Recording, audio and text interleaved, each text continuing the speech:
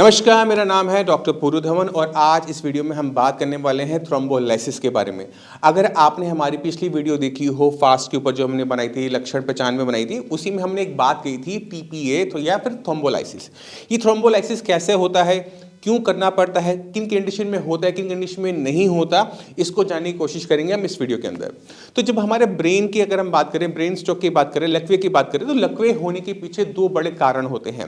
या तो आपके ब्रेन के अंदर क्लॉट आ रहा है या ब्रेन के अंदर नस फट रही है।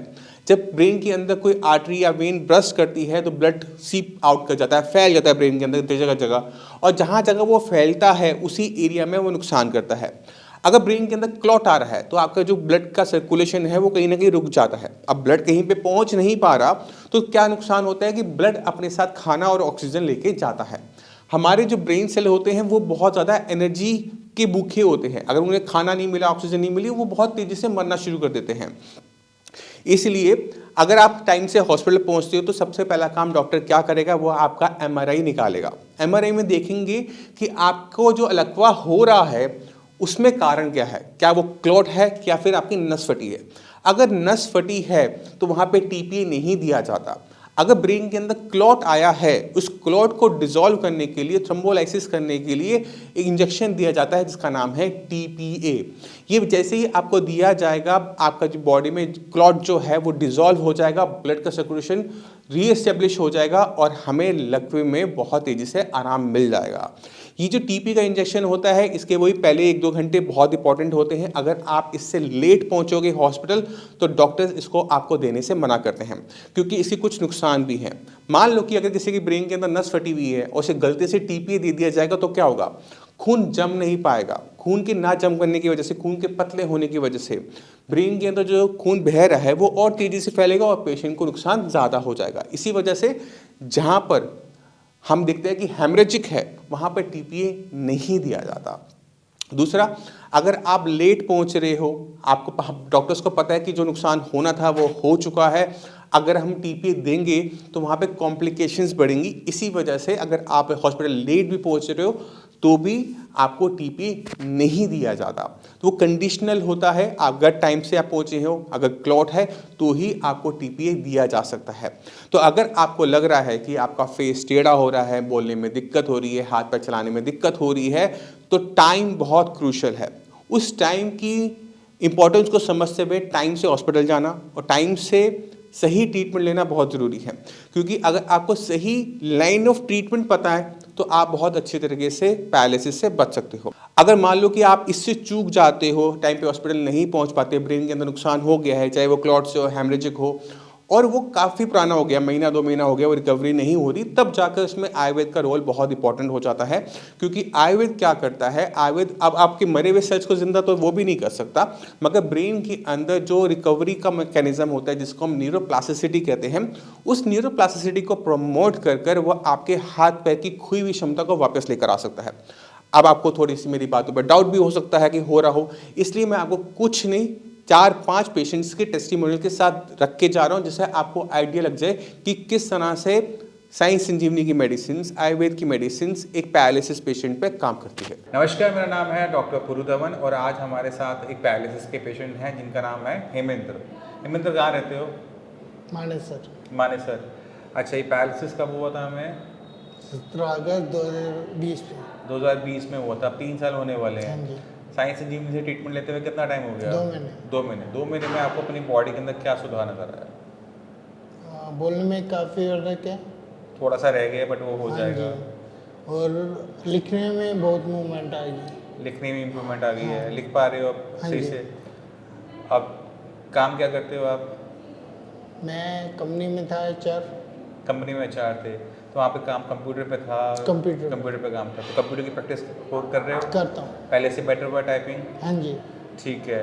पैर में क्या सुधार है? पैर में वॉक होती है लेकिन रन नहीं होता। वॉकिंग शुरू हो गई है। हाँ जी। और 2 महीने पहले क्या कंडीशन थी? 2 महीने पहले किसी का सहारा लेके चलता था मैं।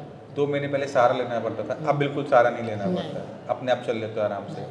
हाथ में कोई वीकनेस तो हाथ ऊपर करो, सबको दिखाओ, हाथ वीकनेस बंद करो, एक बार चल के दिखाओ। तो बाकी जो पेशेंट हैं पैरालिसिस के जो जूझ रहे हैं आपकी तरह, उनको क्या एडवाइस करोगे? मेन यही है, हक दवाई लो, यहाँ से इम्प्रूवमेंट होगा। हेमेंद्र जी ने 2022 में सितंबर में भी कांटेक्ट किया था, मगर ये यहाँ पर आकर मिल के चले गए, मेडिसिन लेके नहीं गए थे। इनके माइंड में बहुत सारे डाउट रह गए होंगे उस टाइम में शायद, है ना। बट अब जब 2 महीने बाद 2 महीने का ट्रीटमेंट आपने अब शुरू किया 2023 में, हाँ फरवरी एंड मार्च में, जी, अब पता लगा मेडिसिन में कितना दम है, इतना मेडिसिन भटकने के बाद, काफ़ी दम है ना। ठीक है, तो जितने भी पैरालिसिस के पेशेंट हैं उनको समझने की ज़रूरत है कि ब्रेन के अंदर जब क्लॉट आता है या नर्व्स फटती है तो ब्रेन का एक हिस्सा मर जाता है। अक्सर डॉक्टर्स बोलते हैं कि ये ठीक नहीं होगा, और वो बात सही भी है कि हम मरे को ज़िंदा नहीं कर सकते, बट जो हिस्सा मरा है उसका काम हमें बाकी हिस्सों को डिवाइड करना होता है।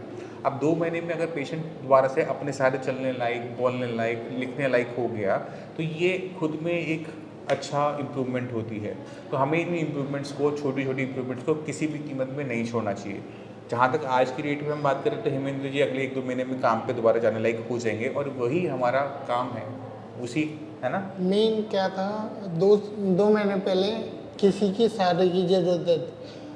अब अकेला चलता हूँ, बस से आता हूँ, ठीक है, और इवन गाड़ी भी चलाता हूँ। गाड़ी भी चला रहे हो? हाँ जी, 2 व्हीलर 4 व्हीलर? 4 व्हीलर 4 व्हीलर चला रहे हो, ऑटोमेटिक मैनुअल? मैनुअल। मैनुअल, थोड़ा ध्यान रखना हाँ हाँ, ब्रेकिंग का, कोई है ना, ये ना हो किसी को आप चोट पहुंचा दो। इवन पहले तो बैक ही करता था, अब तो 150-200 किलोमीटर चला लेता हूँ। बढ़िया, बहुत बढ़िया है। ऐसे अच्छा लगता है जब ऐसे पेशेंट आते हैं, इतनी अच्छी इम्प्रूवमेंट बताते हैं, तो खुद को लगता है कि हम कुछ अच्छा काम कर रहे हैं। और ये बहुत ज़रूरी होता है किसी भी डॉक्टर के लिए, क्योंकि अवार्ड ट्रॉफी डॉक्टर्स के लिए लेना बहुत आसान काम होता है, मगर जब अच्छे पेशेंट जब ठीक होता है ना, उससे बढ़िया ना खुशी होती है ना कोई अवार्ड होता है। पहले क्या था, 2 व्हीलर पे जब चलते थे ना तो कॉन्फिडेंस नहीं आता था। अब 2 व्हीलर थोड़ा चलाते हैं लेकिन चलाते हैं। चलाते हो, हाँ जी। गिरने का डर तो नहीं लगता उसमें? डर तो लगता है।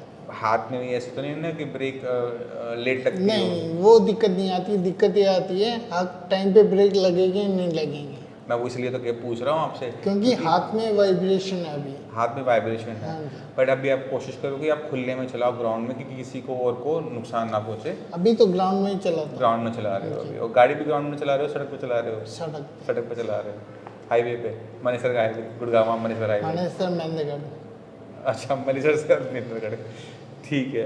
चलो, हमारी पूरी और इवन इसमें डे भी नाइट भी, डे नाइट भी, चलो क्या? ये तो अच्छी बात है, बहुत अच्छी क्योंकि यहाँ improvement से है। 6 बजे निकलते हैं और घर पहुँचते हैं 8-9 बजे तो आप अभी तो काम कर नहीं रहे, आप कह रहे थे अभी, तो घर तो जाता हूँ। तो जॉब से जा रहे हो, काम हाँ। कर रहे हो अभी? नहीं, हाँ। वाइफ कर रही है जॉब। तो उनको लाना ले जाने वाला काम कर रहे हो? हाँ, यही कि बच गया।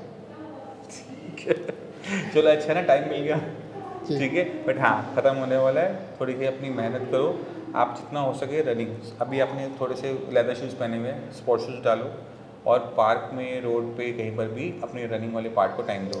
तो गाड़ी जब चलाओगे, 1.5 घंटा 2 घंटा गाड़ी चलाते हो, उसमें आपकी एक्सरसाइज बंद हो जाती है।